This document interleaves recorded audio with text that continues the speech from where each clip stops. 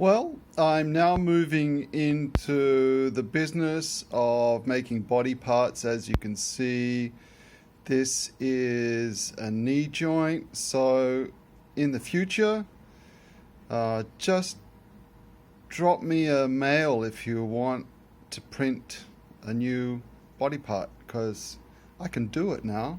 This, oh, by the way, this is flex material. See, it can bend a bit. All right.